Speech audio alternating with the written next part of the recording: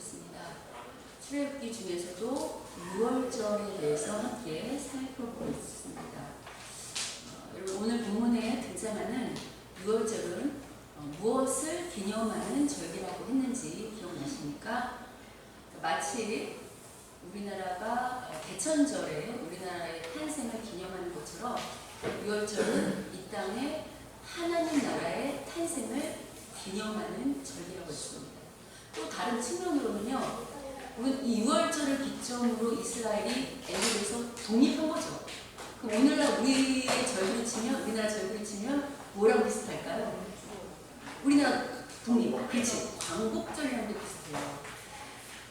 그러나 그럼에도 불구하고 6월절은 이 세상의 나라처럼 단지 나라만 새로 태어나고 또 독립한 것만을 기념하는 그런 차원이 아니라고 했습니다. 하나님 나라인 이스라엘이 이 6월절을 기념할 때는 더 깊은 의미가 있다고 했습니다. 어떤 의미가 더해진다고 했습니까? 죽어야 마땅할 사람이 다시 살아나는 것. 다시 살아나는 정도가 아니고 그의 목숨을 다시 사는 정도가 아니고 신분이 완전히 바뀌는 것. 그러니까 전혀 새로운 신분의 사람으로 태어나는 것. 이걸 기념한다고 했습니다. 신분만 바뀐다고 했나요? 아니요. 온 우주의 왕이신 하나님의 자녀로 신분만 바뀌는 것이 아니고 그 온 우주의 왕이신 하나님의 자녀로 이제부터 누가 하나님이 돌보시고 먹이시고 입히시고 책임지시고 인도하신다. 이게 다 들어있는 아주 정말 새로운 인생을 산다는 그런 축복받은 것을 기념하는 절기가 바로 6월절이라고 했습니다. 그럼 만약에요, 제가 지금 설명한 거를 지금 여러분의 지식으로 들으셨잖아요. 근데 이거를 정말 내 말씀으로 내 인생에서 겪게 되면 어떤 반응이 나올까요? 여러분 생각해보세요. 누군가 여러분을 살려준 은인이 있어요. 아니, 살려만 주지 않고요, 여러분 아주 잘 살게 해준 은인이 있어요. 그럼 그 은인한테 어떻게 하게 될까요? 어떻게 하게 될까요? 감사하게 되죠. 그냥 감사하는 정도가 아니라 정말 손을 붙잡고 기뻐 뛰며 찬양하며, 여러분 좀 이렇게 말씀을 이렇게 살아서 들어보세요. 그게 감사하게 됩니까? 안 됩니까? 되죠? 따라서 이제 하나님이 오늘 말씀 보면 앞으로 이 6월절을 대대손손 기념해서 제사를 지내라고 말씀하시잖아요. 왜 이렇게 말씀하실까요? 하나님이 그 당시에만 역사하는 하나님입니까? 아니면 오고 오는 계속 세대, 아니면 오늘까지도 살아서 역사하는 하나님일까요? 그러면 이렇게 새롭게 태어나고 새로운 하나님의 백성이 되는 이 6월절 같은 일은 오늘도 계속 일어날까요? 일어나지 않을까요? 일어나요. 특별히 여러분 오늘날 6월절은 어느 날이 6월절일까요? 매일매일이요. 매일매일 하나님의 그런 역사가 있다면 매일매일 감사하는 일이 일어나는 거예요. 근데 이제 하나님이 그래서 이거를 대대손손 기념하여 제사를 지내라 이렇게 했던 기억하십니까? 근데 여러분 기념하다라는 뜻이 히브리어로 무슨 뜻이 있다고 했죠? 지카론, 그래서 기억하다라는 뜻이 있어요. 하나님이 왜 제사를 지내라고 하시는가? 하나님이 제사상 받고 싶어서가 아니다. 우리 때문이다. 왜요? 여러분 타락한 사람은요, 뭐를 잘 잊어버릴까요? 은혜를 잘 잊어버려요. 여러분 생각해보세요. 여러분 여러분을 키워주신 부모님의 은혜를 매일 생각하며 살아요? 아니면 자꾸 잊어버려요? 그래서 여러분 무슨 절이 그거? 어버이절이 있는 거잖아요. 무슨 일인지 아세요? 자꾸 잊어버리니까 제사 지낼 때 어떻게 하냐면 우리에게 베푸신 하나님의 은혜를 어떻게 하라고요? 기억하라고요. 그러면 그런 은혜를 기억하는 사람은 어떻게 되냐면 이렇게 된다 했잖아요. 맞아. 하나님 나한테 이런 은혜를 베푸셨지? 그럼 힘들고 어려울 때도 그런 은혜를 과거에만 베푸신다는 거예요? 아니면 오늘도 베푸시고 내일도 베푸실 거라는 거예요? 그럼 어떻게 된다고 했어요? 미래를 기대하게 된다고 했습니다. 그래서 여러분 예배의 가장 중요한 요소 중에 하나가 뭐냐면 기억하고 기대하는 것. 어떠세요? 여러분은 예배를 드릴 때마다 하나님의 은혜를 기억하고 기대하고 계세요? 네. 그렇게 하시라는 거예요. 자, 근데 여러분 이제 앞으로 이 구원받은 이스라엘이요 제사를 지내는 것은 6월절 제사만 있어요? 아니면 다른 절기마다 또 제사를 지내야 돼요? 예, 제가 지난주에 그런 말씀 해드렸잖아요. 우리나라에 설날도 있고 단오도 있고 추석도 있고 하는 것처럼 이스라엘도 여러 절기가 있다. 그리고 절기 때마다 하나님께 제사를 지내야 한다. 그리고 그 제사를 지낼 때마다 꼭 하나님의 은혜를 기억해야 된다. 근데 여러분 우리가 지난주에 살펴본 것처럼 하나님이 제사 지낼 때 오늘날 우리처럼 뭐 최고로 값비싼 굴비 가져와라, 과일 가져와라 이러지 않으셨어요. 그죠? 대신에 하나님이 제사를 드릴 때 정한 제물이 있다고 했나요? 없다고 했나요? 있어요. 예를 들면 6월절에는 흠 없고 또 1년 되고 또 순양인 어린 양 이렇게 했다고 한다면 이렇게 정하셨다고 했어요. 각각 제사마다. 근데 여러분 하나님이 무조건 모든 사람에게 똑같이 그렇게 제사를 지내라고 하셨어요? 아니면 각 사람의 형편에 맡겨드리라고 했어요? 그래서 우리 지난주 봤죠? 너희가 가난해서 양하고 염소 바칠 형편 안 되면 그럼 그 다음에 뭐 바치라고 했어요? 비둘기. 그 집 비둘기도 없으면 산 비둘기. 대신에 마리수 정해 주셨어요. 2마리. 난 비둘기도 없어요. 하나님 가난해요. 그럼 어떡하라고 했죠? 곡식 바치라고 했어요.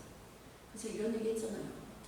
아니 하나님 아무것도 안 바쳐도 사랑이 하나님이라고 한다면 가난하니까 우리 상식으로는 가난하니까 아무것도 안 바쳐도 돼. 내가 네 맘 다 알아. 이러실 것 같은데 그렇지 않고 왜 아무리 가난해도 곡식의 10분의 1만큼이라도 바쳐라. 왜 그렇다고 그랬죠? 하나님이 돈 받고 싶거나 물질 받고 싶거나 곡식 받고 싶거나 염소 받고 싶다 했어요? 아니에요. 그게 누구랑 누구를 이어주는 하나님을 이어주는 신앙 고백이라고 했어요. 제가 여러분한테 지난주 11조 설교하면서 11조 돈 얘기하는 거 아닙니다. 신앙 고백입니다. 그런 얘기 해드렸던 기억하시죠? 그러니까 여러분 이거는 누가 하라고 해서 되는 건 아니고요. 여러분의 마음에 하나님이 주시는 마음이 있어요. 아직 안 되면 안 하셔도 돼요. 근데 여러분이 마음에 감동이 오시면요. 솔직하게 고백하는 게 최고예요. 정신이 중요하거든요. 하나님 저는 아직 11조 드릴 만큼 믿음이 없어요. 그럼 어떡하냐면 우리 옛날에 신고생님 그 얘기 하시는데 쬐까부터 시작하시는 거예요. 할 수 있는 만큼. 원래는 내가 10만 원 정도 11조 드려야 되는데 나 그렇게 못하겠어요. 믿음 없어요. 그럼 어떻게 하시면 되냐면 만 원부터 시작하세요. 하나님 전 이거밖에 안 돼요. 도와주세요. 하나님이 원하시는 건 여러분의 마음, 발걸음을 떼는 태도 이런 걸 바라시는 거예요. 무슨 말인지 아시겠죠? 예. 여하튼 그러나 그럼에도 불구하고 하나님이 받고자 하는 재물에는 가난한 사람 형편 다 따지시지만 그거에 대한 공통점이 있다고 했나요? 없다고 했나요? 있어요. 제가 이제 조금 더 얘기를 하면 저는 이 말씀 그 형편에 따라 한다는 말이 이렇게 들려요. 꼭 여러분이 부자냐 가난냐 이런 형편이 아니고 우리 신앙도 형편이 있을까요? 없을까요? 신앙의 수준에 부자가 있을까요? 없을까요? 그러니까 여러분 그게 그 말씀인 거예요. 네 신앙이 아직 연약해. 그러면 곡식 정도만 해. 네 신앙이 아직 연약해? 그러면 비둘기 정도만 해. 무슨 말인지 아시겠어요? 그러니까 자신의 신앙의 형편과 수준에 맞게라도 하나님께 고백해라 이런 의미예요. 아시겠죠? 아멘. 여하튼 그러나 그럼에도 불구하고 공통된 재물을 드릴 때 공통점이 딱 있어요? 없어요? 있었습니다. 어떤 게 있었냐면 바로 재물에 뭐가 없었어야 되죠? 흠이 없었어야 돼요. 그래서 우리가 지난번에 레위기 22장 보시면 우리 좀 띄워주세요. 여러분 잊지 마세요. 제가 볼게요. 띄워주시면 그때 이렇게 말했잖아요. 다 괜찮아. 차등 있게 들어도 되지만 공통점이 있는데 뭐는 안 돼요? 흠 있는 건 하지 마. 대신에 어떻게 하냐면 하나님 기쁘게 받을 수 있도록 마음에 정성을 다해. 제발 눈 먼 거, 상한 거, 배인 거, 이상한 거 못 먹는 거는 가져오지 마. 그런 기억나세요? 자, 근데 여러분 우리 지난주에 살펴본 것처럼 말라기 시대의 이스라엘은 하나님께 어떤 제물을 드렸다고 했냐면 이런 제물을 드렸다고 했어요. 그 다음 거 보시면 근데 그 당시 어떻게 했냐면 깨치 물건 갖고 왔고요. 맞죠? 저는 거 갖고 왔고 하지 말라고 했는데 하나님이 병든 거 갖고 왔어요. 근데 단순히 이 훔친 거 갖고 오고 저는 거 갖고 상한 거 갖고 왔다는 거는 어떤 의미냐면 여러분 구약에서는 제사를 본인이 직접 이 재물을 갖고 오면 직접 각을 뜨고 잡는다고 했죠. 그러면 이런 훔친 거, 저는 거, 눈 먼 거, 못 먹는 거 드리는 거 누구만 한다고 그랬어요? 본인만 알아요. 왜 이렇게 하냐면 여러분 이왕이면 좋은 거는 비싸잖아요. 그러니까 안 드리고 싶으니까 안 드릴 수는 없으니까 이런 걸 갖고 오는데 이걸 누가 다 아신다는 거예요. 그러니까 하나님 속상하셨는데 하나님이 더 속상하신 건 뭐였냐면 바로 여기였어요. 코웃음 치다. 제가 이 코웃음 치다가 지난주 이렇게 설명드렸어요. 번거롭다. 번거롭고 코웃음 치는 거. 왜냐면 여러분 지난주에 번거롭다라는 히브리어가 마텔라 그랬던 거 기억나세요? 무슨 뜻이라고 했어요? 괴롭히게 하는 거야. 그러니까 이 사람들이 제사를 지내면서 어떻게 했냐면 그걸 오늘 치면 이런 거예요. 아니 하나님은 왜 매주일마다 예배를 만들어서 우리 이렇게 괴롭히게 해? 바쁘고 힘들고 읽을 것도 많아 죽겠는데 굳이 왜 매주마다 와서 예배를 드리라고 해? 하면서 속으로 왜 이렇게 우리를 괴롭혀? 이런 마음으로 드렸다는 거예요. 예물을 드릴 때도 꼭 드려야 돼? 아니 왜 이렇게 매주마다 와서 예배도 드리고 예물 드리라고 자꾸 그러셔? 왜 이렇게 괴롭혀? 라고 속으로 참나 코웃음 치는데 그거 아시죠? 혹시 예배 안 드리거나 혹시 안 드렸다가 괜히 누구한테 혼날 것 같은 거예요. 하나님한테. 그런 하나님 아니신데도 불구하고 어쩔 수 없는 예배를 드렸다는 거예요. 여러분 지금 하나님 앞에 아까 제가 말씀드렸던 것처럼 정말 은혜를 알면 반응이 억지로가 아니고 어떻게 하겠죠? 감사를 했어요. 자기가 자진하는 감사. 근데 이렇게 이런 마음으로 예배를 드리니 하나님이 이런 재물, 이런 제사 기뻐 받으실까요? 아니에요.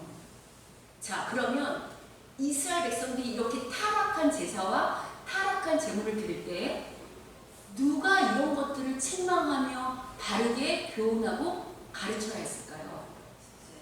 바로 그 당시 하나님의 제사를 책임지고 말씀을 책임지는 제사장입니다. 그러니까 말하자면 오늘로 치면요 저와 같은 말씀의 사역자들이에요. 근데 말라기 당시에 그 제사장들이 정말 백성들을 올바로 인도해야 되는데도 불구하고 어떤 모습인 줄 아셨어요? 이런 모습이었어요. 이거는 같이 읽겠습니다. 말라기 1장 6절 함께 읽겠습니다. 시작. 내 이름을 멸시하는 제사장들아 나 만군의 여호와가 너희에게 이르기를 아들은 그 아버지를 종은 그 주인을 공경하나니 내가 아버지일진데 나를 공경함이 어디 있느냐 내가 주인일진데 나를 두려워함이 어디 있느냐 하나 너희는 이르기를 우리가 어떻게 주의 이름을 멸시하였나이까 하노라. 제가 이 성경을 여러분이 좀 이해하기 쉽게 쉬운 정도로 바꿔갖고 왔거든요. 지금 하나님 뭐라고 하시냐면 이렇게 말씀하시는 거예요. 이 제사장들아 세상 사람들도 자기 부모가 누군지 자기 주인이 누군지 안다. 그리고 세상 사람들도 하나님을 안 믿는 사람들도 부모에게 어떻게 해야 되는지 또 자기 주인에게 어떻게 하는 게 참된 도리인지 다 안다. 그런데 여러분 말씀의 사역자는 누구 편이어야 할까요? 제사장은 누구 편이어야 될까요? 여러분 목사는 쉽게 목사는 누구 여기 섰을 때 누구 편을 들어줘야 될까요? 잘 보세요. 제가 이렇게 말씀의 강단에 섰을 때는요 목사는요 하나님 편 드는 거예요. 아시겠어요? 제가 뒤돌아서 하나님께 기도할 때는 제가 누구 편 들어야 될까요? 성도 편 드는 거예요. 무슨 말인지 아시겠어요? 제가 여기서 말씀을 전할 때는 누구 입장에서 말해야 돼요? 하나님 편 들어서 말하고요. 제가 혼자 방에 들어가서 기도하고 하나님께 얘기할 때는 누구 편을 들어줘야 돼요? 성도 편이요. 하나님 좀 용서해 주세요. 좀 그런 거 아니에요. 하나님 조금만 봐주세요. 이렇게 하는 거예요. 대신에 여기서는 제가 끊임없이 누구 편 들어야 돼요? 하나님 편. 그럼 제사장은 누구 편 들어야 될까요? 하나님 편 들어야 돼요. 그러니까 백성들이 이렇게 엉망일 때 제사장은 백성들 눈치 보는 것이 아니라 책망해야 되는 거예요. 너희 그렇게 하나님 앞에 그런 말씀 드리면 그런 예배 드리면 안 돼. 그런 제물 드리면 안 돼 하고 바르게 교훈해야 하는 거예요. 그런데 지금 오히려 하나님 편이 되어야 할 제사장조차도 지금 하나님 너무 속상해서 뭘 하시냐면 네가 나를, 네 제사장들이 나를 이렇게 우습게 하는데, 네가 나를 이렇게 괄시하는데 하물며 네 말씀을 듣는 성도들은 오죽 나를 괄시하겠냐, 이렇게 통탄하는 거 보이세요? 근데 이렇게 말하면 이 말을 알아들어야 되잖아요. 근데 이 당시 제사장들은요, 지금 뭐라고 하냐면, 뭐라고 보세요. 우리가 어떻게 주의 이름을 뭐라고요? 이게 무슨 말이냐면, 지금 하나님 속상해서 막 제사장을 책망하시는데 제사장들이 그러는 거예요. 우리가 언제 하나님을 우습게 알았습니까? 하고 도전하는 거예요. 무슨 말인지 아시겠어요? 그러니까 하나님이 뭐라고 대답하시냐면 이렇게 말씀하세요. 말라기 1장 7절 같이 한번 읽겠습니다. 시작. 너희는 내 제단에 더러운 빵을 바치고 있다. 그러면서도 너희는 우리가 언제 제단을 더럽혔습니까? 하고 대묻는다. 너희는 나 주에게 아무렇게나 상을 차려 주어도 된다고 생각한다. 지금 백성들은 그렇다 치더라도 누구보다도 거룩하게 정결하게 하나님 앞에 올바른 제사를 지내야 하는 제사장조차도 어떤 떡을 드려요? 어떤 하나님 앞에 진설떡 드릴 때 어떤 떡을 드리고 있어요? 더러운 거예요. 제사장 자체가 백성을 뭐라고 하기 이전에 제사장 자체가 하나님께 더럽고 추한 떡을 지금 드리고 있다고 책망해요. 근데 지금 여기 그러면서 제사장들이 뭐라냐면 오히려 뭐라고 하나님께 물어요? 우리가 언제 제단을 더럽혔습니까? 이건 무슨 얘기냐면 하나님이 이렇게 책망할 때요, 제가 언제요? 제가 언제 하나님 앞에 더러운 떡을 드렸습니까? 하고 제사장이 또박또박 지금 하나님 앞에 따지고 있다는 거예요. 근데 지금 이스라엘의 이 가장 큰 문제는 뭐냐면요, 죄를, 뭐 더러운 제사를 드린 것도 죄지만 더 큰 문제는 뭐냐면 자기들이 더러운 제사, 더러운 제물, 잘못된 예배를 드리고 있음에도 불구하고 그거를, 그 잘못을 안다는 거예요? 모른다는 거예요? 모른다는 거예요. 하나님 앞에 지금 자기들이 어떻게 잘못하고 있는지, 어떤 태도인지를 전혀 모른다는 데 문제점이 있습니다. 여러분, 하나님께서요 지금 제사장들 이렇게 책망하실 때요 얼마나 속상하시면 세상 사람들 가져와서 얘기하시겠어요? 그럼 제사장들의 태도는 어때야 할까요? 빨리 자기를 돌아보고 자기를 점검하고 빨리 하나님 앞에 회개해야 되죠. 그리고 정말 부끄러워하면서, 자기 모습을 부끄러워하면서 하나님, 제가 잘못했습니다. 제가 제사장임에도 불구하고 하나님 나라를 잘 못 돌봤고 백성들을 잘 인도하지 못했습니다 하고 누구 가슴을 쳐야죠? 자기 가슴을 쳐야 했어요. 근데 지금 말라기 시대의 이 제사장들은 자기들이 어떤 죄를 저질렀는지도 모르는 수준, 그 정도가 아니고 지금 하나님이 알려주시잖아요. 너 이거 잘못한 거야 라고 알려주시는데도 그걸 부끄러워할 줄 모른다는 데 있어요. 그걸 부끄러워하면서 회개하기는커녕 오히려 우리가 언제 그랬냐, 우리가 언제 이런 떡 드렸냐고 또박또박 도전하고 하나님께 오히려 반문하고 어떻게 좀 그런 대드는 거 보이세요? 그래서 여러분, 하나님이 얼마나 속이 상하시면 이렇게 이제 제사장들한테 반문하세요. 말라기 1장 8절 같이 한번 읽겠습니다. 시작. 이런 짐승을 제물로 바치면서도 괜찮다는 거냐? 굴뚝거리거나 병든 짐승을 제물로 바치면서도 괜찮다는 거냐? 그런 것들을 너희 총독에게 바쳐보아라. 그가 너희를 반가워하겠느냐? 너희를 좋게 보겠느냐? 나 만군의 주가 말한다. 이걸 조금 원색적으로 말하면 이런 거예요. 너희는 네 밥줄 붙잡고 있는 사장이나 아니면 너한테 유익을 주는 사람한테도 이렇게 선물 보내고 이렇게 감사 인사하면, 너희는 그렇게 너희를 도와준 은인에게도 이렇게 쩔뚝거리고 눈 멀고 상하고 못 먹고 훔친 거 갖다 주냐? 한번 그렇게 줘봐라. 그럼 그 사람들이 너희들한테 뭐라고 말하는지 한번 그렇게 갖다 줘봐라 라고 말씀하세요. 그러니까 즉 하나님은 지금요, 사람한테도 이렇게는 안 할 텐데 너희를 살리고 먹이고 돌보고 입히고 책임지는 하나님한테 어떻게 이렇게 할 수 있냐? 더구나 너희는 제사장 아니냐? 이렇게 통탄하시는 거예요. 그러면서 하나님이 뭐라고 말씀하시냐면 이렇게도 말씀하십니다. 그 다음 말라기 1장 그 다음 보겠습니다. 읽겠습니다. 시작. 만군의 여호와가 이르노라. 너희는 나 하나님께 은혜를 구하면서 우리를 불쌍히 여기소서 하여 보라. 너희가 이같이 행하였으니 내가 너희 중 하나이든 없겠느냐. 지금 하나님 말씀 이런 말씀이에요. 너희가 말로는 입술로는 하나님 너무 사랑한다. 모든 게 다 하나님의 은혜라고 말하고 그러면서 하나님 앞에 와서 우리를 좀 불쌍히 여겨달라고 우리에게 은혜를 베풀어 달라고 기도하고 제사는 드리지만 실제 삶 속에서 실제 우리가 말하고 행동하는 것은 정반대로 전혀 하나님의 은혜를 사모하거나 그 말씀을 아는 사람들처럼 행동하지 않는데 이게 어떻게 나를 사랑하는 거냐고 책망하는 거 보이시죠? 여러분 이게 즉 오늘날 치면 그런 거예요. 그러니까 우리 자식들이 입술로는 부모님 낳아주셔서 감사합니다. 키워주셔서 감사합니다. 그러면서 찾아와서 제가 이번에 사업할 텐데 한 번만 저 좀 밀어주세요. 저 좀 불쌍히 여겨서 한 번만 저 밀어주세요. 그렇게 말하면 대부분의 부모가 밀어주니까 밀어주지 않습니까? 능력이 되면 밀어주죠. 그래서 사업이 잘 됐어요. 그러면 그 자식이 부모의 은혜를 아나요 모르나요? 모른다는 거예요.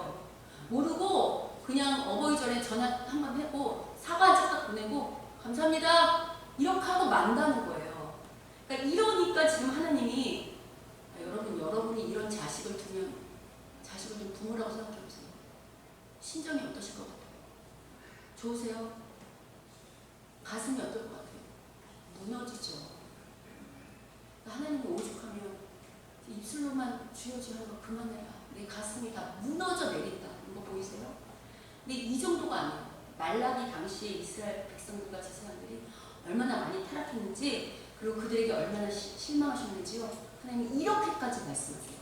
말라기 1장 10절 한번 읽어보겠습니다. 시작. 너희 가운데서라도 누가 성전 문을 닫아 걸어서 너희들이 내 제단에 헛된 불을 피우지 못하게 하면 좋겠다. 나는 너희들이 싫다. 나 만군의 주가 말한다. 너희가 바치는 제물도 이제 나는 받지 않겠다. 지금 하나님이 얼마나 실망이 많이 되시고 가슴이 무너지셨으면 오늘은 지금 그런 말이에요. 교회 문 닫아라. 예배 안 드려도 돼. 헌금 안 해도 돼. 봉사 안 해도 돼. 나 그런 마음으로 하나님을 정말 사랑하지 않고 억지로 할 수 없이 이렇게 패역한 마음으로 드리는 거 안 해도 돼. 아시겠습니까?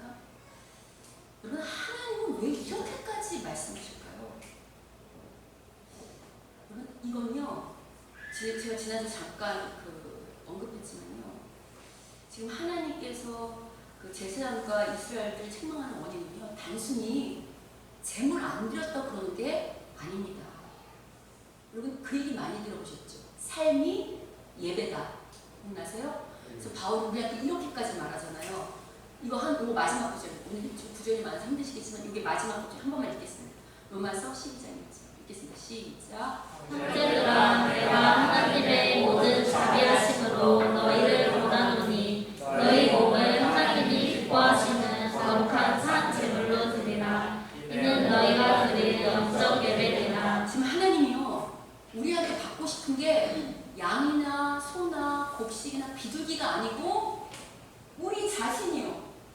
우리 자신이 살아있는 제물이 되어서 우리 자신의 모든 전인격적으로 하나님을 찬양하고 감사하는 그런 예배자 우리가 하나님 앞에 드려주는 제물이 되겠다고 하는 거 보이세요?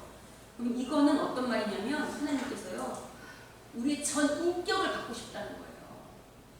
우리의 모든 소유와 우리의 모든 중심이 정말 하나님이 주신 것을 감사하는 반으로 나왔으면 좋겠다는 말이고요.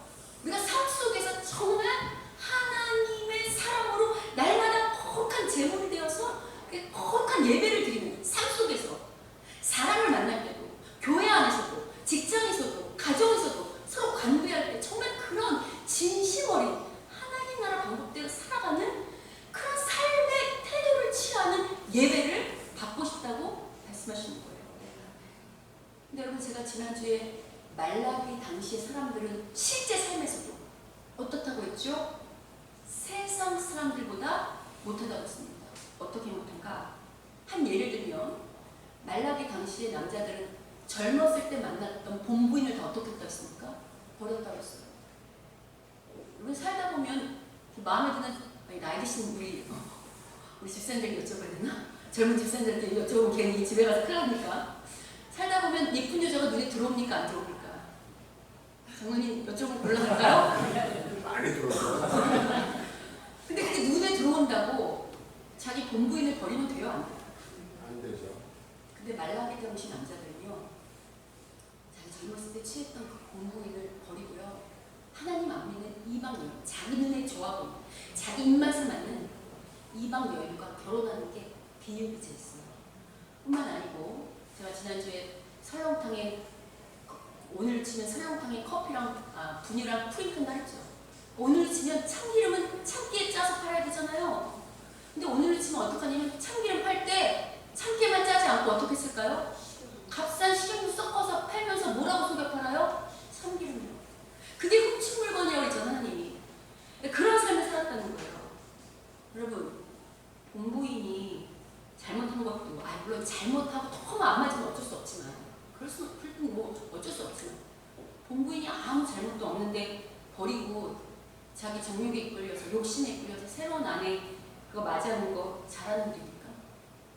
참기름에다가 식용유 섞어서 파는 거 잘하는 일입니까? 자기들은 호의호식하면서 부모님하고 하나님은 뒷방에 모셔놓고 늙은이 취급하면 잘하는 일입니까? 여러분, 우리가 생각해 볼 수 있어요. 그러면 어쩌다가 이스라엘은 제사장부터 시작해서 백성들까지 이렇게 다 영적으로 무너지고 썩었을까요? 이유가 뭘까요?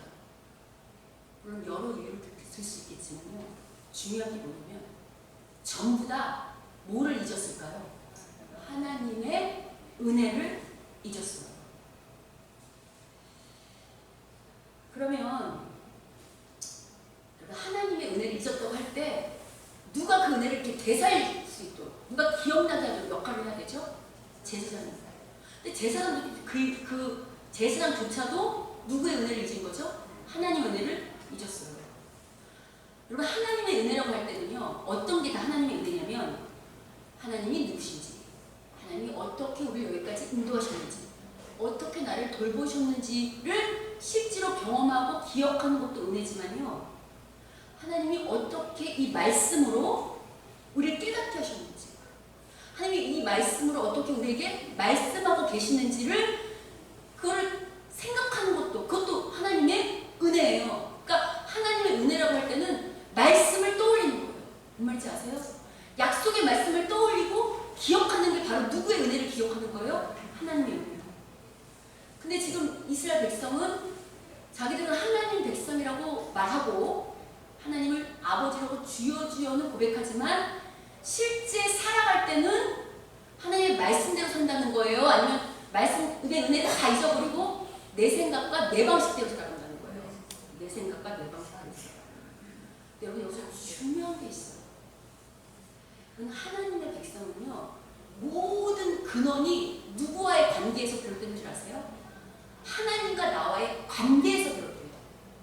그래서 여러분, 만약에요, 우리가 하나님의 은혜를 잊은 사람이라고 할 때요, 실제 삶에서도 어떤 사람이 될 확률이 높냐면요, 은혜를 잊는, 사람에 대한 은혜도 잊는 사람이 될 확률이 높을까요? 높지 않을까요? 높아요. 왜냐하면요, 하나님의 은혜를 잊었다는 게, 제가 아까 좀 전에 뭐를 잊었다고 했죠? 하나님의 말씀을 잊었다고 했잖아요. 그럼 말씀을 잊으면 영적으로, 도덕적으로 이렇게 명확해질까요? 아니면 자꾸만 사단이 주는 생각으로 넘어갈까요? 예, 사단이 주는 생각이나 내 생각이나 내 마음대로 넘어간다고요. 무슨 말인지 아시겠어요? 그래서 어떤 일을 말하고 행동할 때 기준이 하나님 말씀이 기준이 될까요? 아니면 내 생각이 기준이 될까요? 내 생각이 기준이 돼요. 지금 잘 보세요. 말라기 시대 이스라엘도요, 지금 자기 부인이 잘못한 게 아닌데 자기 부인을 버린다는 것은 누구에 대한 고마움을 잊었다는 거죠? 하나님의 은혜만 있는 게 아니고 누구에 대한 고마움도 잊은 거예요. 부인에 대한 고마움도 은혜를 잊어버린 거예요. 그럼 부모가 늙고 힘없다고 무시하고 발시하면 누구에 대한 은혜를 잊어버린 거죠? 부모에 대한 은혜를 잊은 거예요. 여러분, 참기름에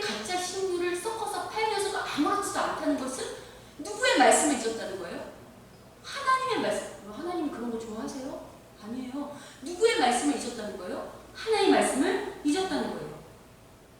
여러분, 하나님의 은혜를 잊어버린 것보다요. 지금 이스라엘 백성의 가장 큰 문제는 뭔지 아세요? 바로요.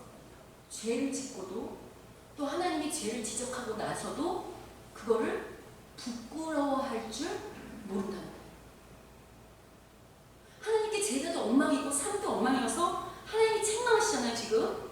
그럼 하나님이 책망하실 때 오늘 이 말라기 시대에 이스라엘과 제사장들의 반응은 어땠습니까? 잘못했다고 회개합니까? 아니죠.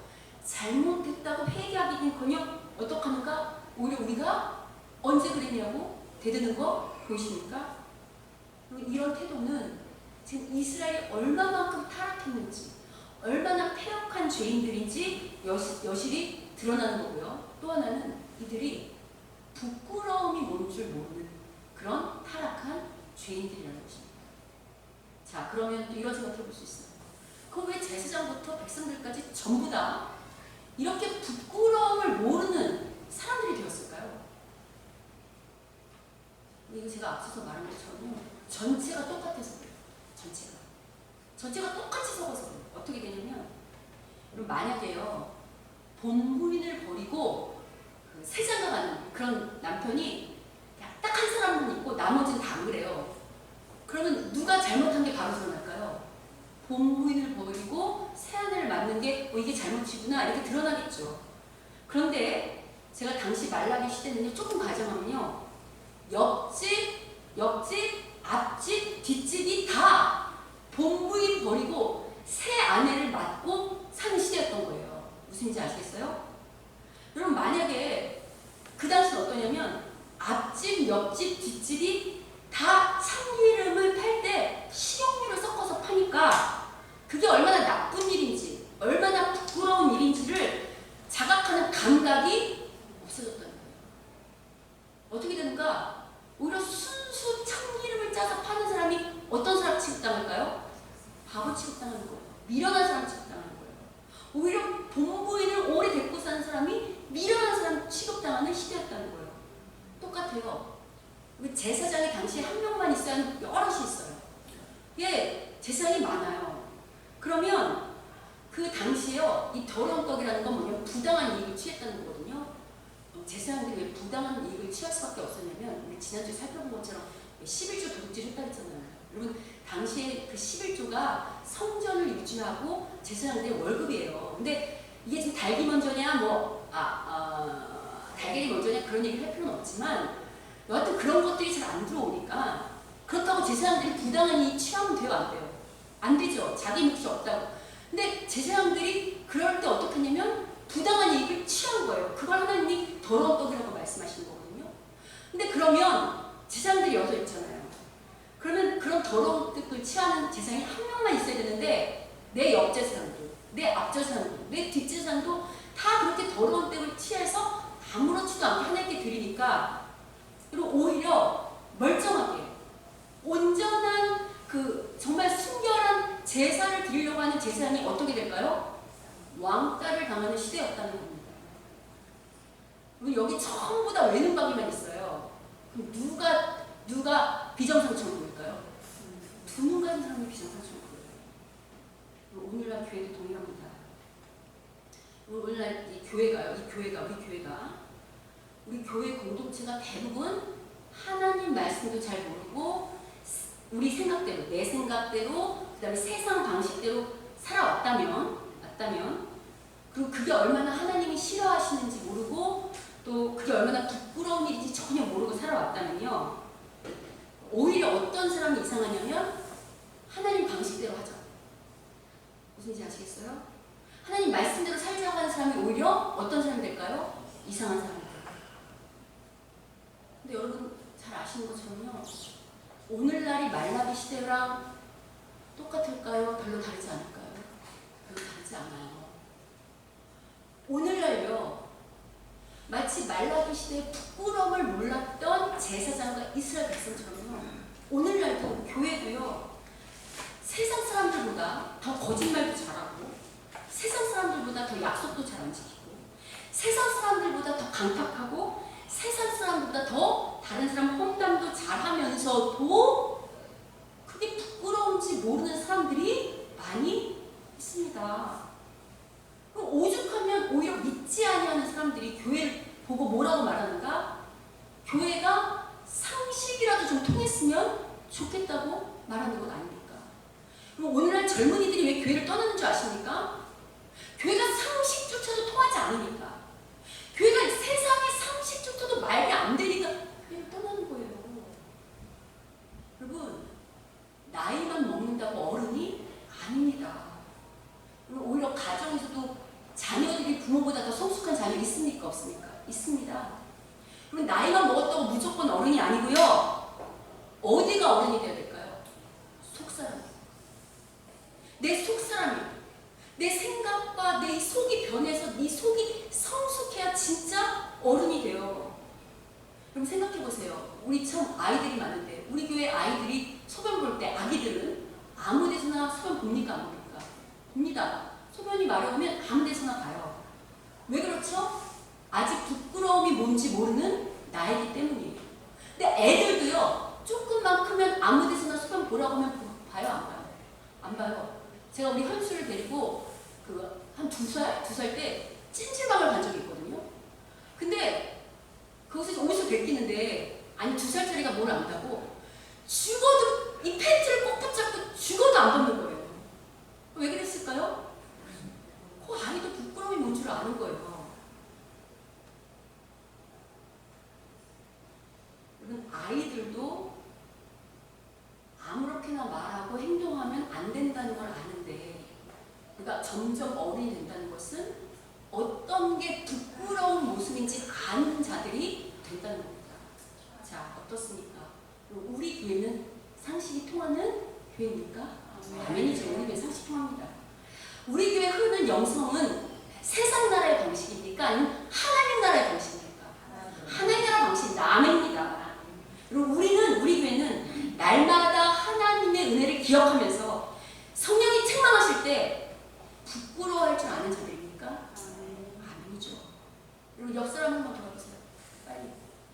앞뒤 사람도 빨리 보십시오. 뒷사람도 좀 보시고요. 그리고 나도 한번 보십시오. 나도. 여러분, 오늘날 제사장은 누굴까요? 우리 모두입니다. 목사만이 아니고 우리 모두요. 자, 그러면 지금 우리 다 쳐다봤죠? 네, 옆, 앞, 뒤, 나도 봤죠?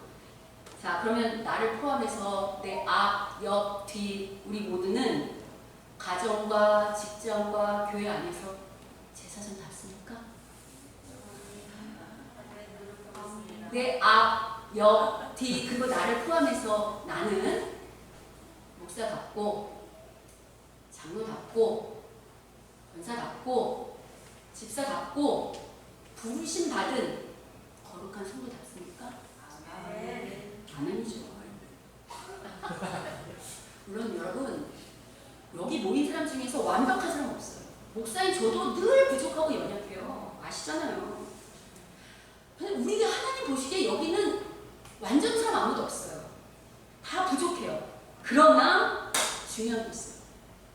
우리가 다 부족하고 연약하지만 우리가 정말 하나님을 사랑하는, 정말 하나님을 사랑하는 말씀의 사역자고 또 목사고 또 성도라고 한다면 그 증거가 뭘로 나와야 되는가?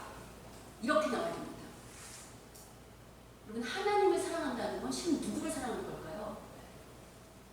오늘날 하나님 나라는 어딜까요? 내가 속한 교회예요. 하나님 교회를 통해서 일하세요. 실은 여러분, 하나님을 사랑한다는 건, 그리고 하나님 앞에 귀한 제사를 드리고 귀한 제물을 드리고 귀하게 섬긴다는 건 어디를 섬긴다는 걸까요? 교회를 섬기는 거예요. 내가 속한 교회를 귀하게 여기고 귀하게 사랑하고 귀하게 섬긴다는 이야기예요. 그래서 정말 내가 하나님의 사랑이라는 증거는 어떻게 되는가? 하나님이 나를 왜 이 교회에 부르셨나? 하나님 나를 여기에 왜 목사로 부르셨나? 하나님 나를 여기 왜 장로로 부르셨나? 하나님 나를 이 교회에 왜 권사요, 집사요, 성도로 부르셨나를 고민하면서 하나님 말씀하시는 그 태도에 맞도록, 그 수준에 맞도록 그 합당한 태도를 취하려고 애쓸까요? 애쓰지 않을까요? 됐습니다. 무엇보다 여러분, 우리 교회가 정말로 하나님의 은혜를 알고 또 기억하면서 또 부끄러움을 아는 그런 교회라고 한다면요, 우리 교회는 어떻게 되냐면 이 교회의 흐름이 교만하지 않습니다. 겸손합니다. 왜냐하면 우리가요 정말 부끄러울 줄 알면요 늘 누구를 먼저 가슴을 치면서 기도할까요? 다른 사람 가슴을 칠까요? 내 가슴을 칠까요? 내 가슴을 칩니다. 하나님, 제가 목사답지 못해요. 하나님, 제가 장로답지 못해요. 하나님, 제가 권사답지 못하고요, 집사답지 못하고요, 부름받은 성도답지 못해요 하고 누구 가슴을 칠까요? 제 가슴을 쳐요. 근데 여러분, 이런 게 진짜 참된 예배자입니다. 자, 다시 한번 옆 사람 보세요. 옆 사람 좀 보세요. 다시 또 앞뒤 사람 좀 보세요. 여러분, 나 자신도 좀 보세요. 자, 어떤 것 같아요? 나를 포함한 내 옆, 앞, 뒤 사람들은 하나님의 은혜를 알고 기억하는 자입니까? 아멘. 내 옆, 앞, 뒷 사람은 다 그렇게 보이는 게 처음. 내 앞, 뒷 사람은 뭐가 부끄러운 건지, 뭐가 수치인지 아는 자 같습니까?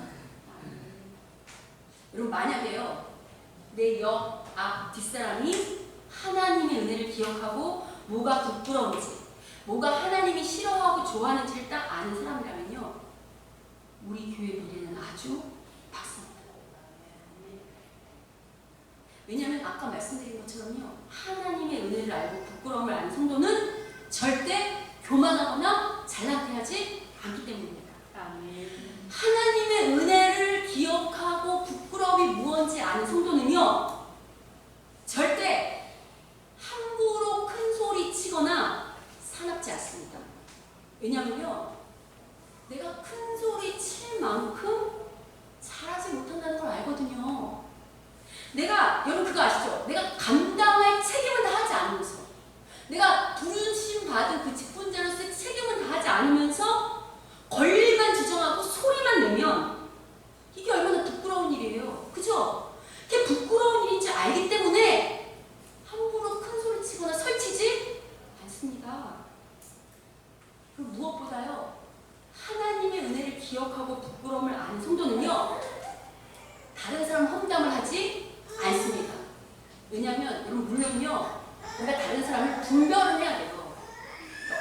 우리 목사가 어떠한 목사인가, 우리 교회가 잘 가고 있는가, 이런 분별은 하셔야 돼요. 아시겠어요? 그러나 함부로 내 기준에, 내 입맛에 맞춰서 다른 사람을 도마 위에 올려놓지는 않습니다. 왜요? 하나님의 은혜를 기억하고 아는 성도는 다른 이를 도마 위에 올리기 전에 성령께서 누구를 먼저 책망하실까요? 나를 먼저 책망하십니다. 나의 부끄러운 모습들을 먼저 떠오르게 하십니다. 그래서 함부로 다른 사람을 도마 위에 올려놓거나 험담할 수 없습니다. 따라서 여러분, 여기는 우리가 하나님의 은혜를 날마다 기억하고 정말 부끄러움이 무엇인지 아는 성도가 된다면, 그렇게 된다면 우리 교회는요, 아주 좋은 교회가 될 것입니다. 우리 교회의 미래는 아주 희망차고 밝은 교회가 될 것입니다. 날마다 부흥하는 교회가 될 것입니다. 아멘. 날마다 하나님의 귀한 역사가 쓰여지는 교회가 될 것입니다. 아멘. 왜요, 여러분? 왜요? 부끄러움을 안다는 것은 하나님께 통회하고 자복하고 회개함으로 나를 어떻게 하겠다는 거예요? 고치겠다는 거예요. 나의 잘못된 것을 바꾸겠다는 거예요. 나를 변화시키겠다는 거예요. 이 신앙의 지점에 여기가 좋사오냐고 여기서 안주하는 게 아니고, 하나님 나를 인도하는 그 더 깊은 신앙으로, 더 깊이 있는 대로 그 영적 수준까지 어떻게 하겠다는 거예요? 살아가겠다는 거예요. 여러분, 이게 진짜 받을 수 있는 최고의 복이고 최고의 교회예요. 여러분, 그렇게 우리가 그런 태도를 취하면 누가 역사하실까요? 하나님이 역사하세요. 이게 비밀이에요. 그리고 제가 그랬죠. 여러 번 말씀드렸죠. 교회는, 좋은 교회라는 건 예배드리는 건물이 좋은 게 아니고 누가 좋으면 좋은 교회라고 했죠? 맞아요. 목사가 좋아야 좋은 교회예요. 그럼 목사만 좋은 교회면 좋은 교회가 될까요? 목사를 표현했어요. 여기 모인 모든 한 사람 한 사람이 좋은 사람이 되면, 온전한 신앙이 되면 우리 교회는 누가 말하지 않아도 저절로 어떤 교회가 될까요? 여러분 대답 좀 해주세요. 우리 교회는 어떤 교회가 될까요? 좋은 교회가 돼요. 자, 그래서 부흥은 사람이 많아지는 것도 물론 부흥이지만 내가 날로 변화되는 것, 내가 날로 개혁되는 것, 내가 날로 하나님 앞에 온전한 사람으로 바뀌는 것, 이게 진짜 부흥이랄죠. 우리가 그렇게 한 사람 한 사람이 되면 우리 교회가 무슨 역사가 일어나는 거예요? 부흥 역사가 일어나는 거예요. 여러분, 우리가 나를 돌아봐서 솔직히 우리 안에 철없는 모습 있습니까? 없습니까? 있죠. 부끄러운 모습 있습니까? 없습니까? 있죠. 그걸 빨리 깨닫고 빨리 버리고 하나님 앞에 온전한 신앙이 되면요, 우리가 진짜 참 예배자가 되고 참 제사장이 되는 겁니다. 여러분, 앞서 말한 것처럼 무엇보다 하나님을 사랑하고 섬긴다는 건 어디를 사랑하는 거라고요? 교회를 사랑하는 거예요. 뿐만 아니고요, 여러분, 하나님을 사랑하는 건 어떤 말이냐면요, 여러분 다시 옆사람 좀 보세요. 다시 옆사람 좀. 옆사람의 중심 속에 누가 계세요? 옆사람 중심 속에 누가 계세요? 성령 하나님이 계세요. 그러니까 하나님을 사랑한다는 거는 실은 누구를 사랑하고 섬겨야 돼요? 내 옆에 있는 형제 자매를 섬겨야 돼요. 그럼 옆사람 형제 자매만 섬기셔야 돼요. 그럼 목사인 저도 여러분의 형제 자매예요. 무슨지 아시겠어요? 목사도 여러분을 형제 자매를 열심히 사랑하고 섬겨야 되겠지만 여러분도 저를 형제 자매로 여기시고 어떻게 해야 될까요? 불쌍히 여기시고 사랑하고 섬겨주셔야 돼요.